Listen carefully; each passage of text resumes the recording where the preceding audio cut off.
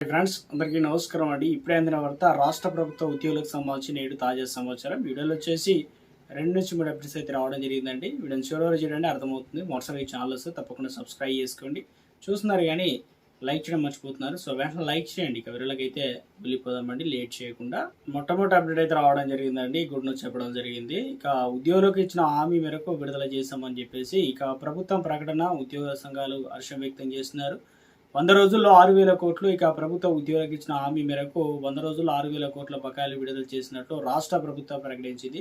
ముఖ్యమంత్రి రేవంత్ రెడ్డి, ఉప ముఖ్యమంత్రి మల్లు భట్టి విక్రమార్క ఆదేశాల మేరకు గురువారం 2,000 కోట్లను విడుదల చేసినట్లు ఆర్థిక శాఖ ప్రధాన కార్యదర్శి సందీప్ కుమార్ సుల్తానియా వెల్లడించడం జరిగింది. తాజాగా విడుదల చేసినటువంటి మొత్తంతో కలిపి 3 విడతల్లో 6,000 కోట్ల రూపాయలను అనేది కంప్లీట్ చేసినట్లు, ఏడాదిలో మే 29న తొలి విడత 2,000 కోట్లు, జూన్ 30వ తారీఖున రెండవ విడత ఇక 2,000 కోట్లు అయితే రిలీజ్ అయితే చేసినట్లు, తాజాగా మూడో విడతకు సంబంధించి 2,000 కోట్లు విడుదల చేయడంతో ప్రభుత్వం ఉద్యోగ సంఘాలకు ఇచ్చినటువంటి హామీ అమలు చేసినట్టు తెలిపిందనమాట.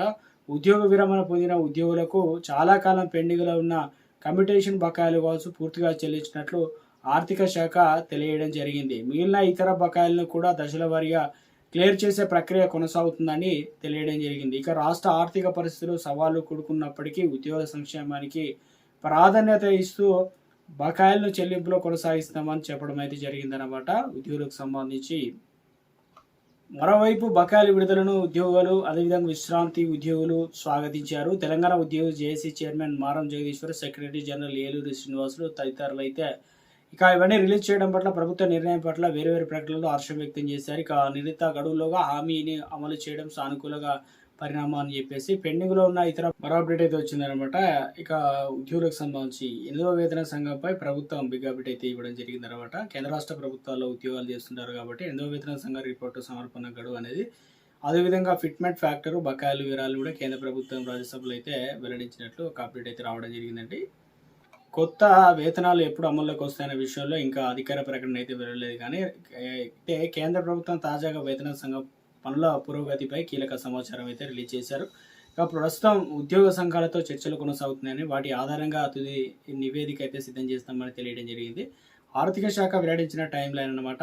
ఇటీవల రాజ్యసభలో కేంద్ర ఆర్థిక మంత్రిత్వ శాఖ 8వ వేతన సంఘం పనులపైన వివరాలు వెల్లడించింది. వేతన సంఘం తన తుది నివేదిక 18 నెలల్లో సమర్పించే అవకాశం అయితే ఉందని తెలియజేసిందనమాట. 2025 నవంబర్ 3న అదేవిధంగా 8వ వేతన సంఘాన్ని ఏర్పాటు చేశారు.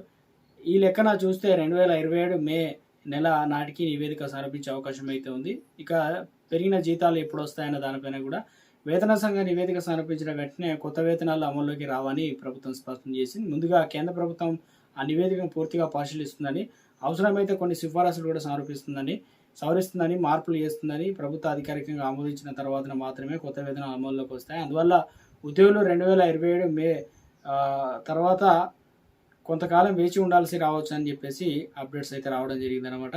మరో అప్డేట్ అయితే ఇచ్చారన్నమాట. ఇందులో వచ్చేసి ఇతర ప్రాంతాలకు వెళ్తే సిఎండి పర్మిషన్ అనమాట. 6 నెలలు దాటిన డైరెక్టర్ అనుమతులు తప్పనిసరి. ఎక్కడ అంటే గోదావరి, అంటే ఇక్కడ సింగరేణిలో డిప్యూటేషన్లు ఫుల్ స్టాప్ అనమాట. సో సింగరేణి డిప్యూటేషన్ల పైన ఏళ్ల తరబడి ఇక ఉండే విధానానికి స్వస్తి పలికింది. తాము విధులు నిర్వర్తించే పని ప్రదేశాలు కాకుండా ఇతర ప్రదేశాలు ఏళ్ల కొద్దీ విధులు నిర్వహించే ఉద్యోగులపైన యాజమాన్యం దృష్టి సాధించిందనమాట. డిప్యూటేషన్ పైన పనిచేసే ఉద్యోగులు నిర్ణీత కాల పరిమితి లోబడి ఉండాలని స్పష్టమైన ఆదేశాలు అయితే జారీ చేసింది. అన్ని ఏరియాల్లో ఉద్యోగులకు డిప్యూటేషన్లపై నియంత్రిస్తూ విధి విధానాలు ఇక ఇందుకు సంబంధించి అధికారులు అయితే ఇక ఉత్తర్వులు అయితే జారీ చేయడం అయితే జరిగిందనమాట.